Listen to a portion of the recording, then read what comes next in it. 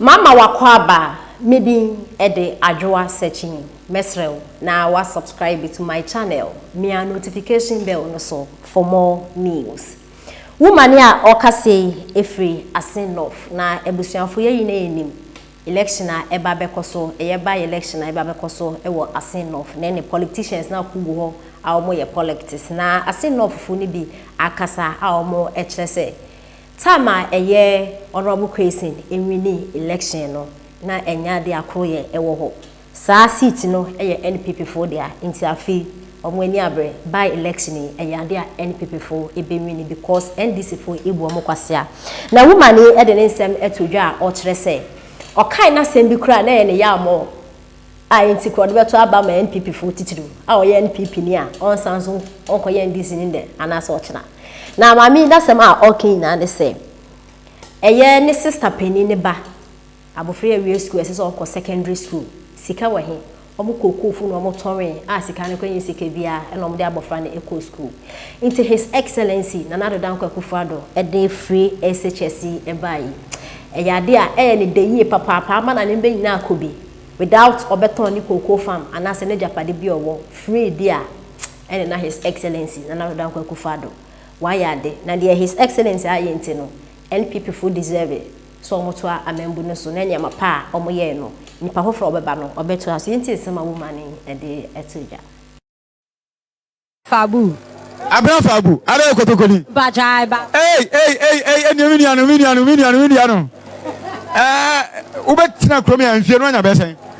o mpacha ha ya ne wo me ma me nyina afiri ha na me so MPP mi gira mu pi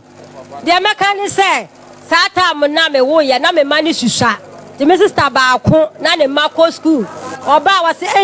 abna me be suku a wo koro sika metua no me ma me kokko ye de akosi awa na me se ene me so no me mai de be nyinyini de me timi for mo ko school enti no na na ba ye no na na se me ye free education ekwafo so na na ontimi nye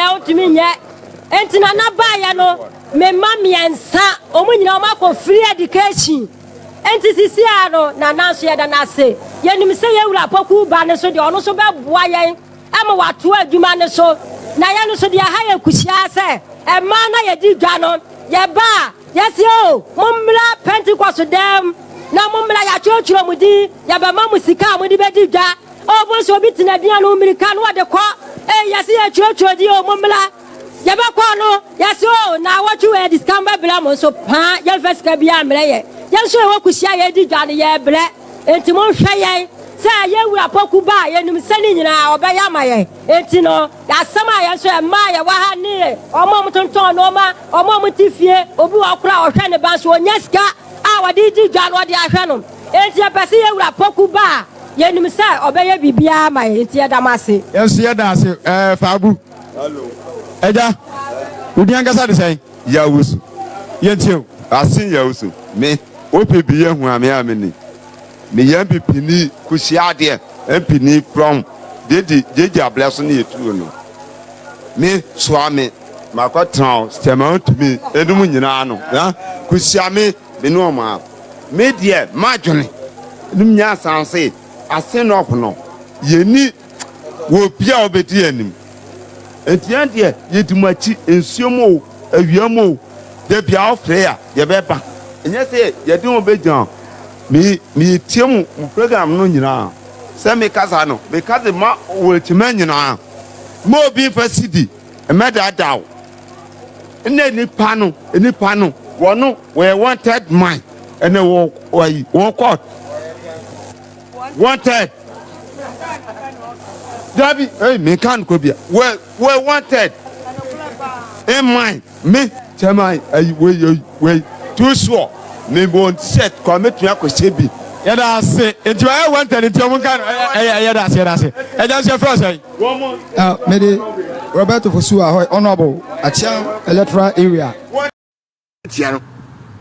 Mumuli de nifi one manamu na masum, mo betrase, na ye mosre, na masre ya. Mo fi se kwa pia na aboa. Mon leader ne be platform bia so straight to Baumia. Movie na masa be twa mo hosa be video say. Especially some million bako bu jimi fo bodu no. asia ba bi sa no no san be gina ho no san ka che say mo mu attack ye fensen onabu kan Japan na ala so nkrofo na hwe hopes ade a wo ye hopes hwensem a wo kafa ba umia ho na sa man ni de menyi ni sese ba umia timba power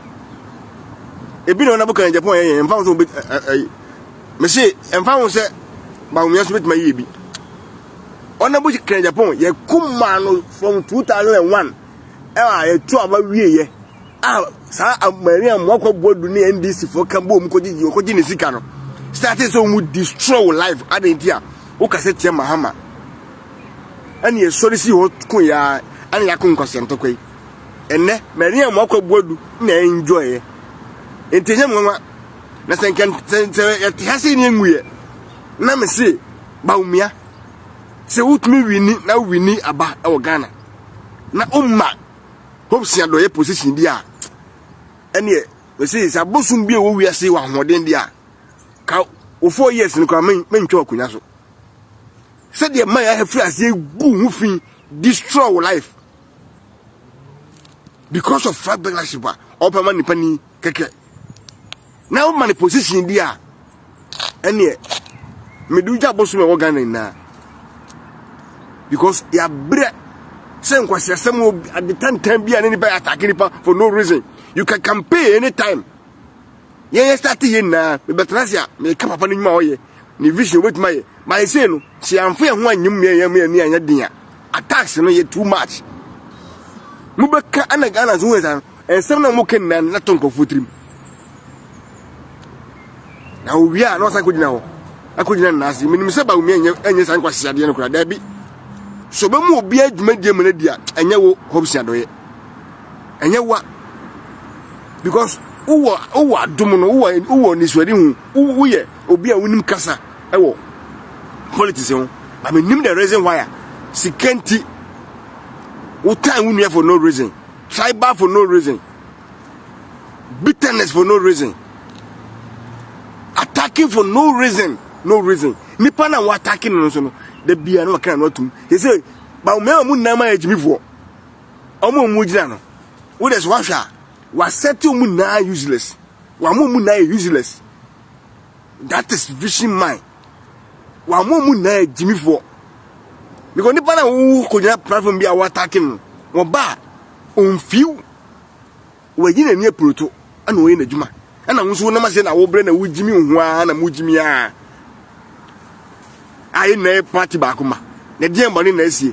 ba o mieye no yi a ne e bo na ba so Mr. Economist Mr. Hwani a wo beka